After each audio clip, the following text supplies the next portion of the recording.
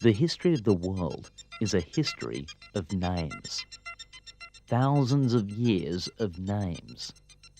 Countries, cities, individuals.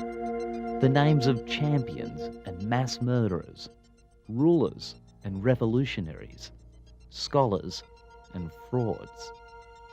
They punctuate the pages of human history.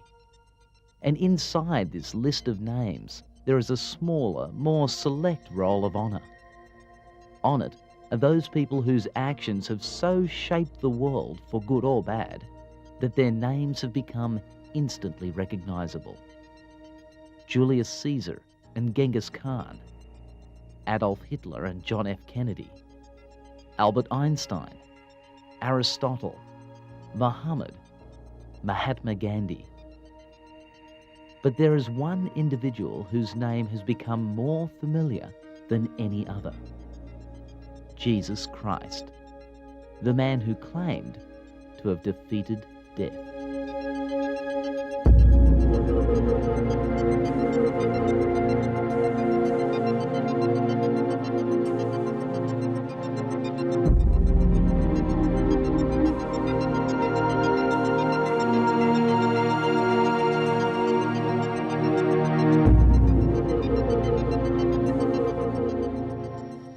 Jesus of Nazareth, a Jewish carpenter who spent only 3 years in the public eye.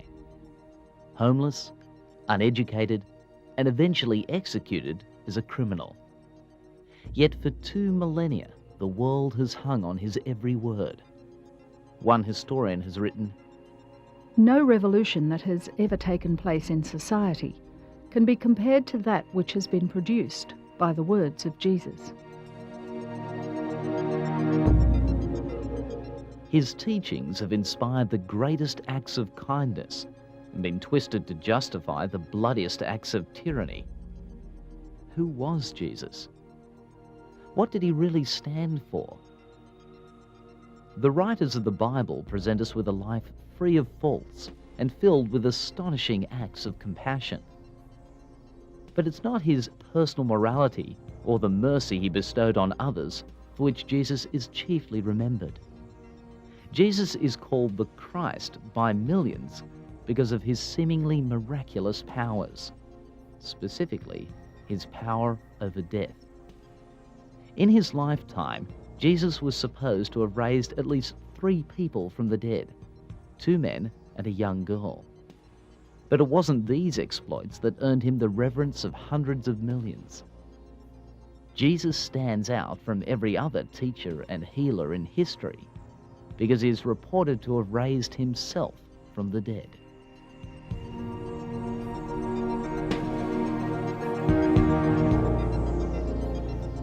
Belief in the physical resurrection of Jesus Christ has powered the Church for almost 2 millennia. His faithful followers have taken the teachings of this first-century Jew to the farthest corners of the world, making him arguably the most famous person to have ever lived. But Jesus' incredible life is inseparably entwined with his brutal execution and the claim that he returned from the dead. His resurrection is the cornerstone of the Christian faith. The Bible states that Jesus' resurrection guarantees his followers' acceptance by God and their safe passage into a heavenly afterlife. But how secure is this cornerstone? Can the resurrection hope to withstand the sort of questions the 21st century would raise? Could the evidence for Jesus rising from the dead stand up in a court of law? Would it crumble under the examination of modern medical science? In short, could the resurrection hope to survive an encounter with the rational mind? So how was your tube?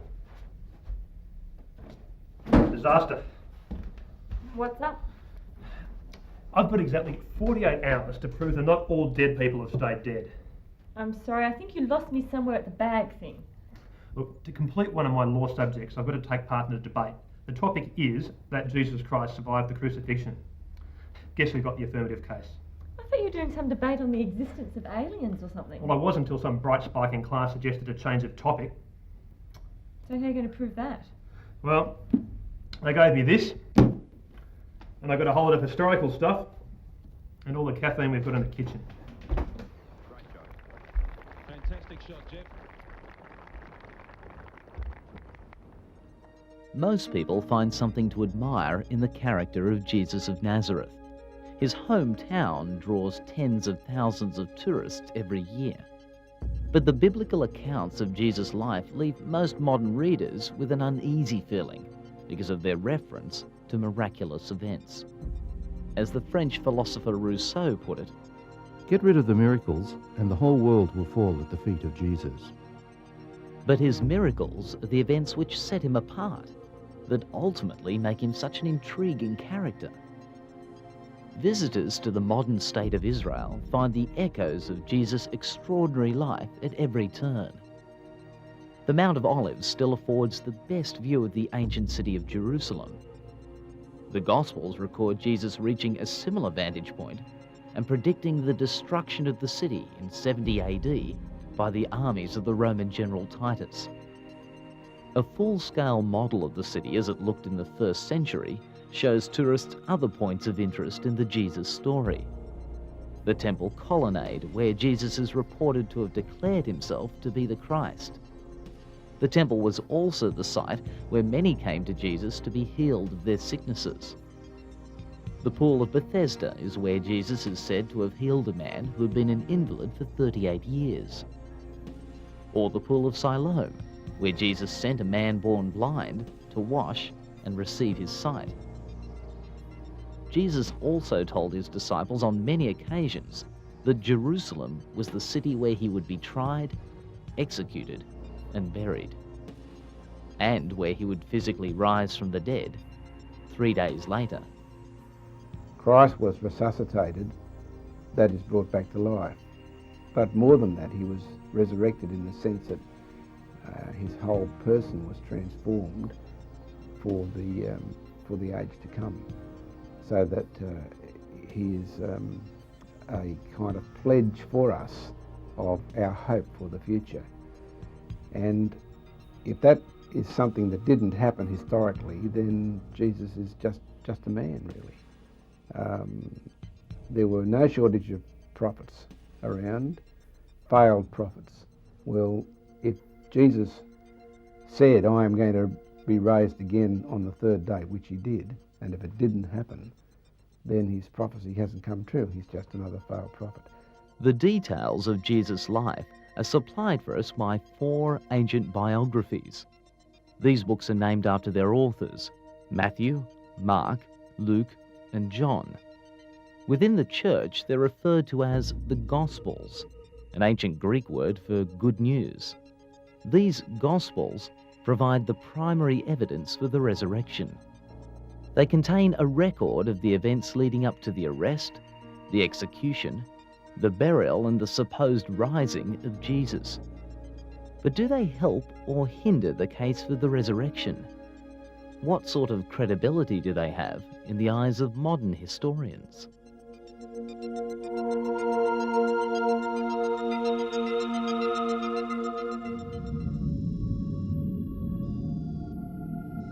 Any examination of the resurrection of Jesus of Nazareth has to begin with an examination of the documents that claim to record this extraordinary event. What sort of documents are these Gospels? Are they reliable historical sources? Well, with the Gospels, you're not simply dealing with one book. You're dealing with 4 books, written at least partially independently. Mark's Gospel is almost certainly written first. Matthew has used Mark for some of his material, but has got material from other places. Likewise, Luke. Luke has used Mark for some of his material, but has also got information from other places. And the consensus of scholarship is that John's Gospel, probably written later, hasn't used any of the others. So we have 3 partially independent sources and one other completely independent source of information. The real question is, are they documents that a historian can use?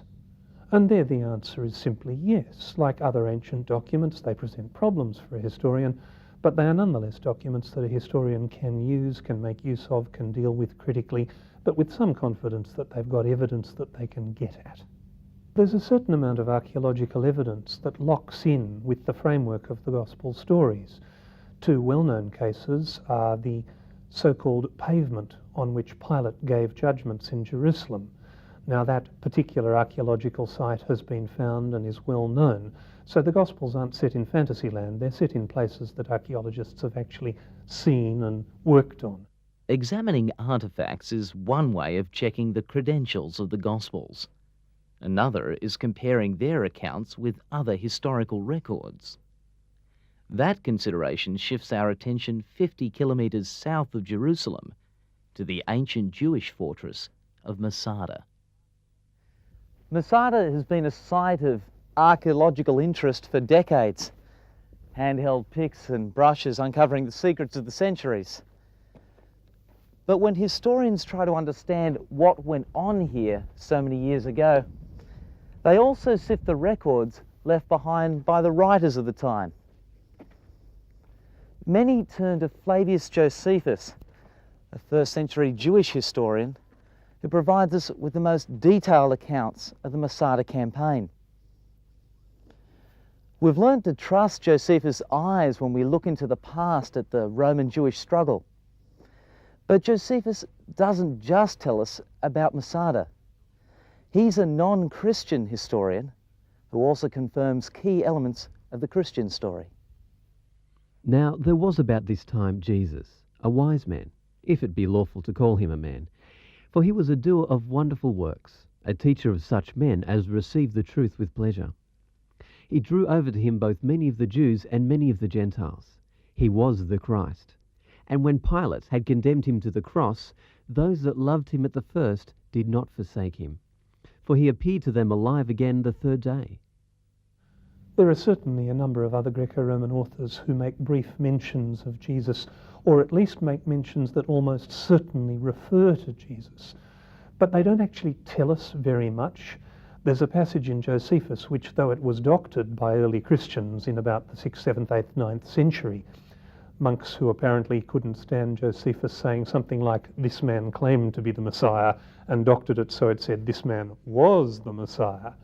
But it's pretty clear that Josephus did mention Jesus and said things about him being a famous teacher and probably also being known as a wonder worker.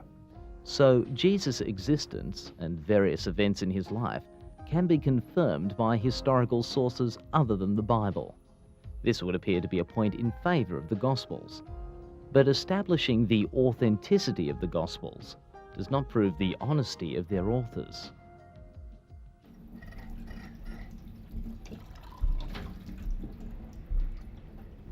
So how's it going? I'm trying to figure out what to do when the opposition start tearing apart my version of events. Won't they be cowering before your devastating intellect? Yeah, well, once they've stopped cowering.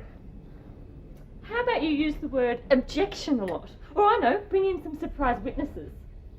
Problem is, according to this, my best witness is currently in heaven. Apparently he's due back soon, but it doesn't say when. So have you got any others? Plenty.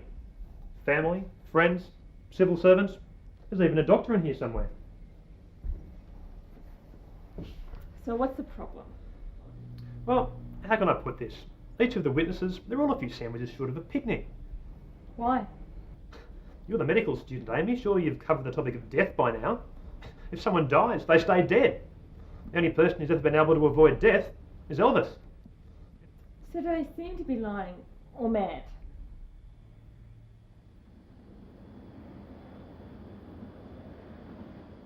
In many ways, the Gospels have a lot in common with legal statements that can be submitted as evidence to a modern court.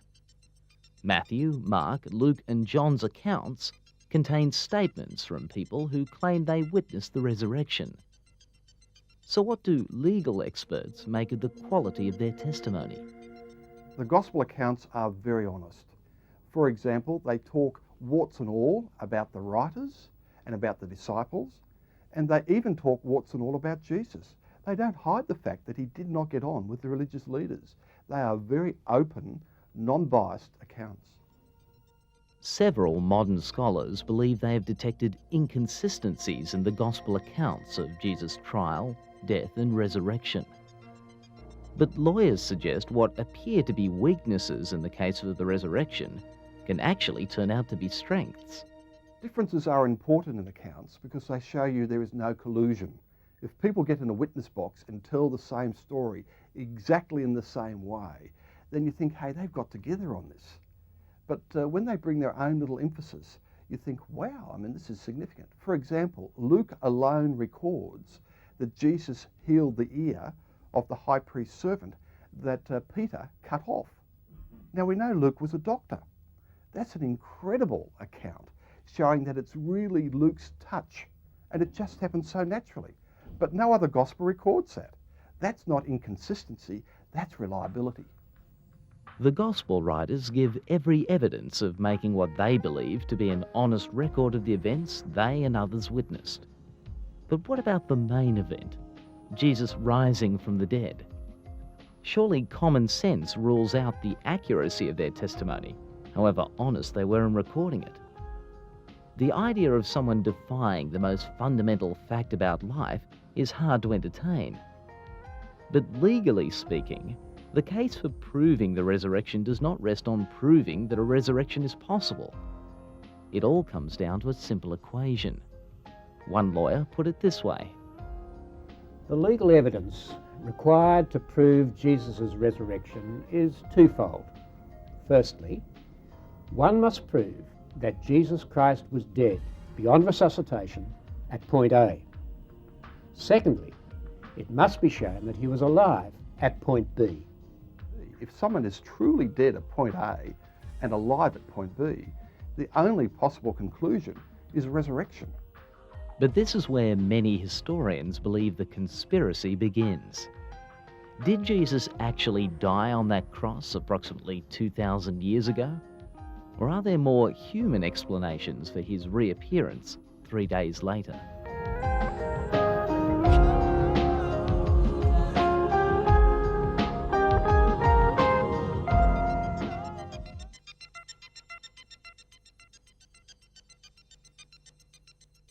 The gospel accounts of Jesus' trial, death, and resurrection may be accurate. But some modern-day scholars believe they leave enough room for an alternative explanation, that Jesus actually survived his trial and apparent execution. Is this true?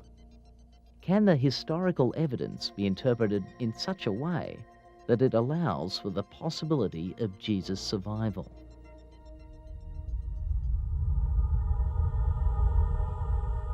All four gospel writers record that Jesus was treated roughly by his enemies from the moment he was arrested on the Thursday night before the Jewish Passover. The mob that arrested Jesus bound him and took him to the high priest's home. During this first trial, he was struck several times by his accusers, spat upon, and eventually blindfolded and beaten by the guards.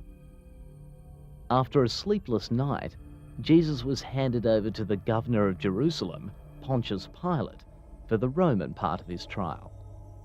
Jesus was subjected to a forced march across the city when Pilate referred his case to King Herod Antipas. He was eventually returned to Pilate, who handed down the death penalty and had him flogged. This punishment usually left the flesh of a person's back in ribbons. All four gospel authors record that Jesus was then handed over to the Roman garrison as a plaything. He was dressed up as a king and a crown of thorns forced onto his head. The soldiers then took turns striking him about the head and face with a wooden staff. The torment over, Jesus was led outside the city walls to be crucified. The Romans had been using crucifixion as a means for execution for centuries, but not for Roman citizens. Roman citizens, if they were to be executed, were beheaded, which is at least quicker. Crucifixion is a pretty awful way to die and can take days, even as much as a week. But the Romans did use crucifixion for rebels or runaway slaves, and after the great slave revolt of Spartacus in 70 BC, for example, they captured and then crucified 30,000 runaway slaves along the main highway out of Rome. Can you just imagine 30,000 people up there on crosses taking days and days to die? It's theatre of terror. It's a spectacle to remind people what happens to rebels. The Biblical Resources Centre, based in Jerusalem, displays a number of the types of crosses employed by the Romans. The wooden constructs differed depending on the availability of materials or the site of the crucifixion. It was customary for the condemned person to carry their own cross to their place of execution. Matthew, Mark and Luke record that Jesus was so weak by this stage that the soldiers had to force a bystander to carry his cross for him. When the execution party reached the hill of Golgotha, Jesus was stripped naked and nailed hand and foot to the wooden cross. After hours of abuse, Jesus was finally crucified at approximately 9 a.m. on the Friday morning. G'day, Steve. We're going down the shops. Do you want us to get anything for you? A forensic specialist and about 12 litres of blood. Would you like any fries with that, sir? What are you doing? I thought I might try and show that Jesus didn't die in the first place. That way it's a cinch to show he was alive after his date with the Romans. And how about the blood? Well, I'm trying to work out how long he could have lasted with the wounds he received before needing medical attention. He wasn't on the cross that long. It doesn't matter, you don't die of blood loss when you're being crucified. Sorry? I read it in a journal. You die of suffocation and exhaustion. Sure, blood loss would have been too easy. The Gospel of John contains one strange detail relating to Jesus' crucifixion. Responding to requests from the religious leaders, the Roman soldiers were ordered to break the legs of the prisoners they had crucified. Why did they break prisoners' legs when they were being crucified? Yes, it does seem a bit superfluous, doesn't it, once you've nailed them up? Well, the answer is they didn't normally break their legs. Crucifixion kills you by asphyxiation. Your whole weight is hanging on the muscles of your chest, and so you really can't breathe. Or at least you can only breathe by pushing up against the nail through your feet, which is a pretty horrifying sort of concept. But it means that people do take a long time to die. Now, in Jesus' case, it was right on the eve of the great Passover festival, which is one of the most important festivals in the Jewish calendar, and having people dead or dying on the Passover would have been a serious offence to Jewish sensibilities. So the governor, or the soldiers, we don't really know which, decided that they had to die quickly, get it over with, get the bodies down, and don't offend the sensibilities of the people. So they went to smash their legs, which means A, terrible shock, and B, you can no longer push yourself up to relieve the stress on your chest, and you just plain die much more quickly. However, the Roman soldiers did not end up breaking Jesus' legs. When they came to his cross, they discovered that he was already dead. But just to make sure, they took a spear and pushed it up into his chest cavity. John states that he saw this happen and records that blood and water flowed from the wound in Jesus' side. Now, what most medical people think that means is clotted dark dried blood or drying blood and light fluid serum, which would look like water. And if your blood has clotted and out comes clotted blood and serum, you're dead. You've in fact been dead for more than an hour.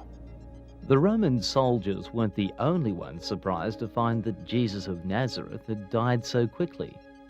Mark's account records that Governor Pilate asked for a special report from the centurion in charge of the execution. It was only after Pilate received confirmation Jesus was dead that he was prepared to release his body for burial. Jesus' corpse was given to Joseph of Arimathea, a member of the Jewish ruling council who'd voted against the plan to have him executed. Joseph had the body wrapped in strips of linen and placed in his own tomb because it happened to be close by. Historians have argued for centuries over the precise location of Joseph of Arimathea's tomb. One popular suggestion is known as Gordon's Calvary. The ancient tomb discovered here attracts thousands of tourists every year because of its similarity to the biblical descriptions of Jesus' burial place. Joseph's tomb was set in a garden. It was carved out of solid rock, and the entrance was sealed by means of a large stone that would require the effort of several people to move. But the mainstream churches have traditionally accepted a different site for Jesus' last resting place. The remains of this tomb now lie under Jerusalem's Church of the Holy Sepulchre. The Church of the Holy Sepulchre, traditionally the site of Jesus' death, burial and resurrection. It's also the site of many of the controversies surrounding his apparent rising from the dead, particularly the famous swoon theory. Let's examine the historical evidence together and look for a logical conclusion. The swoon theory is one of the oldest Easter conspiracy theories. It's been advanced by academics like Venturini, Thiering and Ludemann. Basically, it suggests that Jesus didn't actually die on the cross. He survived his treatment at the hands of the religious authorities, Pilate, and the Roman soldiers on the Friday. When the guards came to check if he was still alive, Jesus seemed to be dead, but was actually unconscious. He had swooned. Later, he revived in the coolness of the tomb. It was then a simple matter for him to unbandage himself, remove the stone at the entrance, and sneak away without being seen. And on the Sunday, Jesus reappeared and went about convincing people he had risen from the dead. The swoon theory is an unlikely explanation. Those who advocate just refuse to believe that miracles can happen in history. They come from that position. So what do? It can't be resurrection. They can't dismiss the historical reliability of the account of him on the cross, so they create the swoon theory. The skeptic of yesterday, Strauss, said the swoon theory is a greater miracle than the resurrection itself. I mean, this guy's on a cross, he has a spear in his side, he's put in a tomb, and a couple of days later, he jumps out as if he's 101%. Couldn't be. The evidence points to Jesus dying on the cross.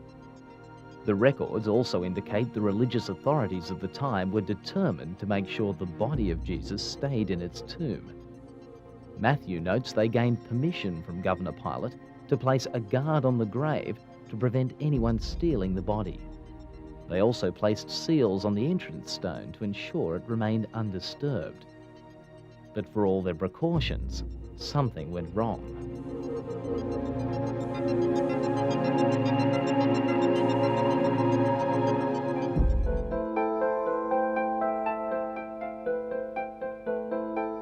Authors have been developing alternative explanations for the apparent resurrection of Jesus of Nazareth for centuries. Several theories revolve around the idea of mistaken identity. The Quran, the holy book of the Islamic faith, suggests that the Romans crucified the wrong man. But it seems unlikely the religious leaders who'd arranged Jesus' arrest and were present at his trial and execution would have made such an obvious blunder. But the question of mistaken identity doesn't have to end there. What about the people who claim to have seen Jesus alive after his execution? Could they have been talking to an impostor? The body of Jesus of Nazareth was entombed late on the Friday afternoon. The guards placed by the religious authorities ensured it remained undisturbed all through Saturday. But on the Sunday morning, several women who'd been travelling with Jesus arrived at the tomb to complete the funeral arrangements. What they claim to have discovered is an empty tomb with the entrance stone rolled away. All four Gospel writers record that an angel appeared to the women and informed them that Jesus had risen from the dead. Theorists like Kersop and Lake suggest a more practical explanation. They believe the women simply went to the wrong tomb. Janine Jones is a journalist who has independently researched the evidence for the resurrection on site in Israel. She focuses the inquiring mind of the modern media on the evidence provided by the women. Janine, what's so significant about the women appearing in the Gospel accounts as witnesses?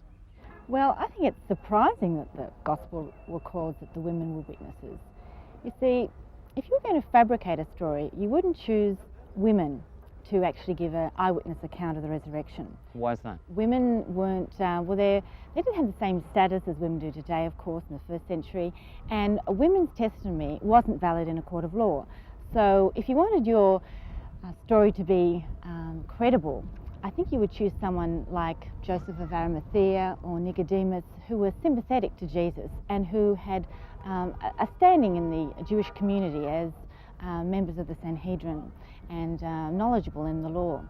How good is the testimony that the women provide? I think it's very valuable. I think it's reliable.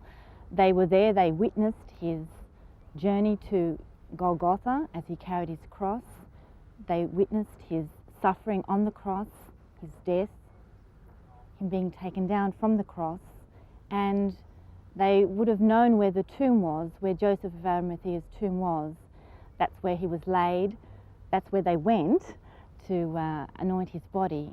And of course, that's where they were when they witnessed the resurrection. So they have an unbroken account of the time of Jesus' death to the time of Jesus' resurrection. The most obvious alternative explanation to the women finding an empty tomb is that someone stole Jesus' body. But this suggestion runs into the problem of motive. Who would have taken the body? The religious leaders? The Roman authorities?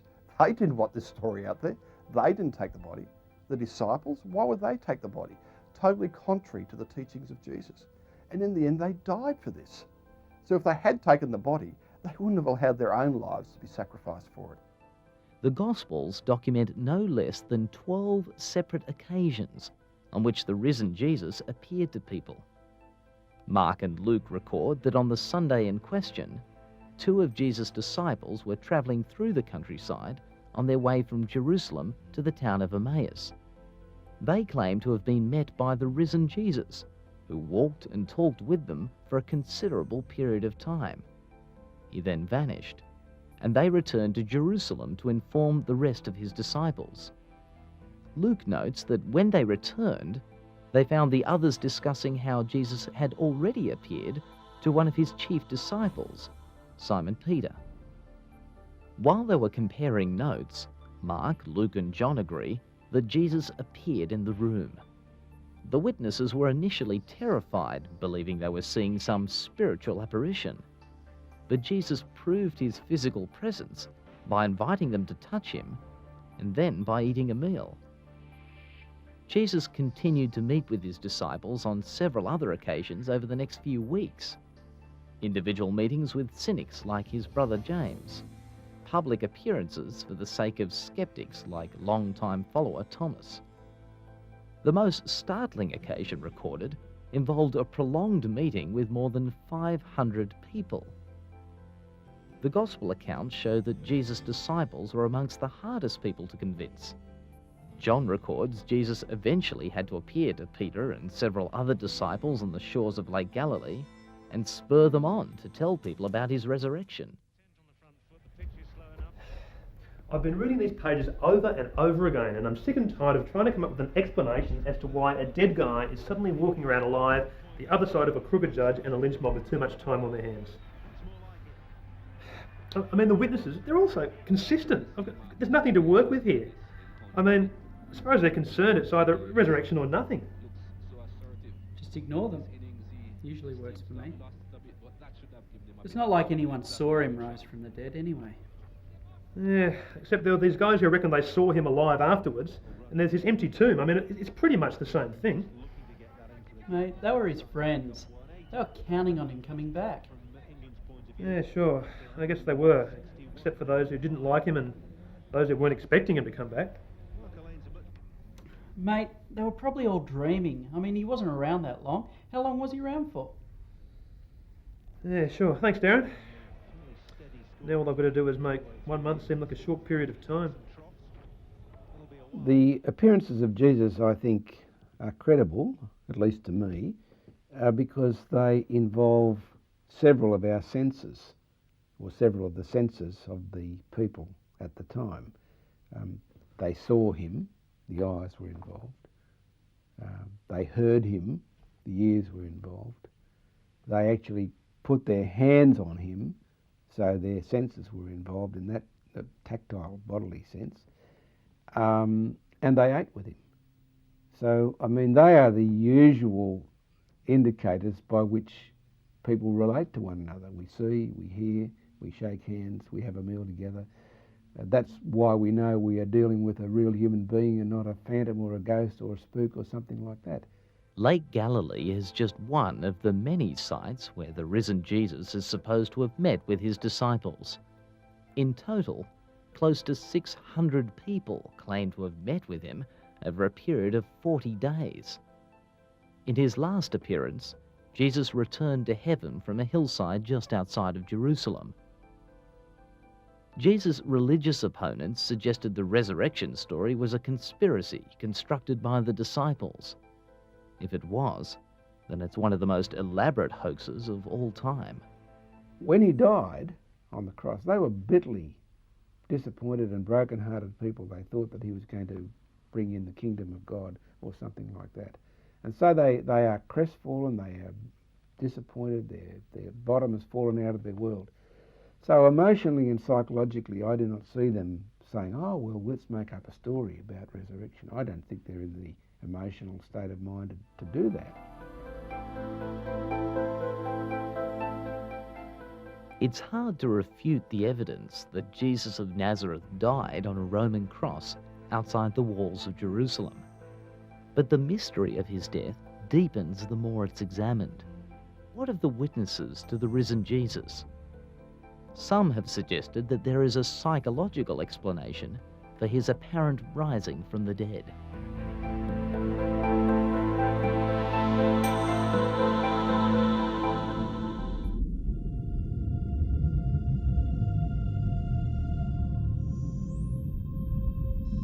Some authors attempting to explain the apparent resurrection of Jesus of Nazareth have suggested a different sort of conspiracy, a conspiracy of the mind. Theorists like Bishop Spong believe the witnesses saw Jesus because they wanted to see him. But this explanation has met with stiff opposition. People say the disciples were hallucinating, and hallucination can take place. But over 500 people saw Jesus at one time. 500 people can't hallucinate about the same event at the same time. We're all different personalities. Hallucination doesn't happen that way. Your hallucination will be different from mine. This cannot be hallucination. It doesn't pass the test of hallucination. Furthermore, critics of the hallucination theory point out that witnesses had no basis for even imagining something as unexpected as a resurrection. Well, believing in the physical resurrection of Jesus was a pretty difficult thing to do in the ancient world as it is in the modern world. We know, for example, that most Jews would think the idea that someone could have been raised from the dead in the middle of history rather than at the end of time was simply bizarre. It was a little bit like saying, well, the end of the world has come a bit. Resurrection should be what happens at the end of time, not somewhere in what we now call 33 AD. They were not expecting the resurrection of an individual. Indeed, Jesus spoke about his own resurrection beforehand, but as we read the Gospels, it's very clear that they simply didn't understand what he was talking about. It was just double Dutch as far as they were concerned. This new belief in Jesus' resurrection appears to have had a unifying effect on his early followers.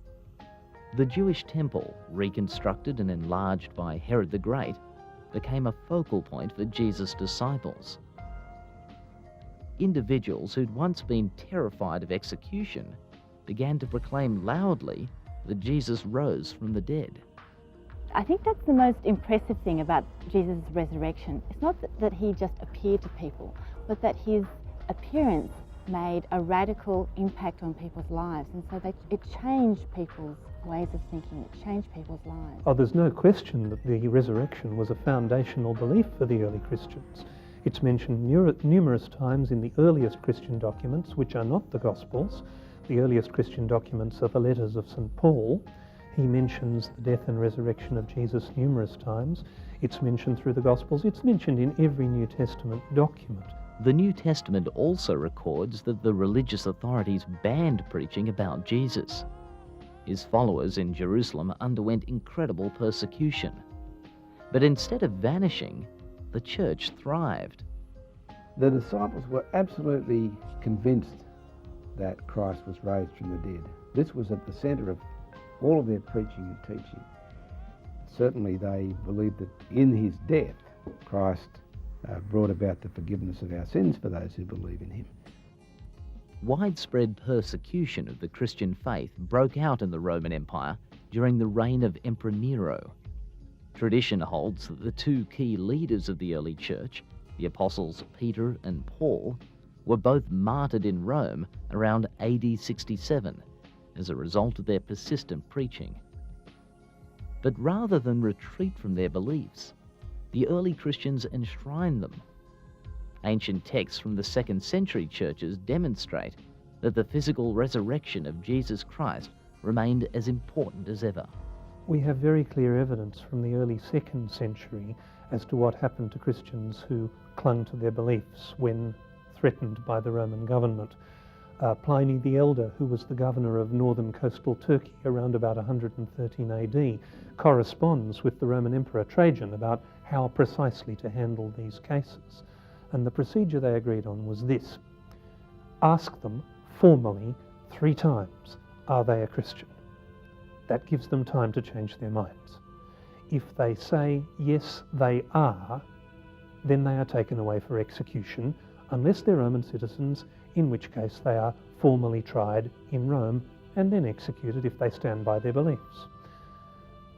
For the non-Roman citizens, well, it might be beheading, or it might be being thrown to the wild beasts in the arena, or it could be anything. It could be pretty awful, but the death penalty is the death penalty, and Christianity was in this period an illegal religion and a capital offence. Now, that brings us to one of the more powerful circumstantial proofs for the resurrection. People who'd publicly claimed to have seen Jesus alive after his crucifixion were prepared to face terrible torture and horrific deaths rather than make the simple retraction that would have set them free. Hardly the sort of behaviour you'd expect from people who'd woven a complex tissue of lies to cover up the death of their teacher. Christians who visit these ancient sites today are a living testimony to the persisting conviction that Jesus rose from the dead. They believe Jesus' resurrection proves he is God and confirms his authority to forgive sins. The power of God that raised Christ from the dead is still brought to bear on people, men and women and boys and girls, who in a simple but real and straightforward way put their personal trust in Christ. When people do that, lives are changed. Now, those lives are not simply changed just by emotion or some psychological process or something like that. That change of life, that change of attitude, that lifting of the darkness within so that people have light and truth within their lives, that is a change that is brought about by the power that raised Christ from the dead. And so there's a sense in which every time a person is truly born again or truly converted, as it were, we have a new resurrection. So have you got everything you need? Well, I guess it depends on what you mean by need. I've got more than enough material for 10 debates on Jesus rising from the dead, but I think I picked up a few other things as well. Such as?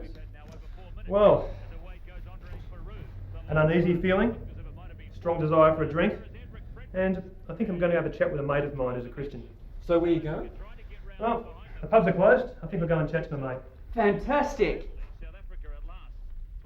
The goal. Good luck. Did Jesus rise from the dead? Yes? No? Who cares? Well, no one, if we treat his death and resurrection like just another historical fact, to be noted, filed, and forgotten. But if you've been swayed to think that he did rise from the dead, something he predicted he would do, then you owe it to yourself to think carefully about everything else he had to say. A man who claims to be the Son of God might be a liar. But what if he backed up his claims by rising from the dead? A man who informs people that those who trust in him will live on even though they die could be considered a lunatic. But what if he demonstrated his power to defeat the grave? Jesus claimed to be the Lord of all, the Christ, the only one God would send to fix our broken relationship with him. And Jesus presented his rising from the dead as his credentials.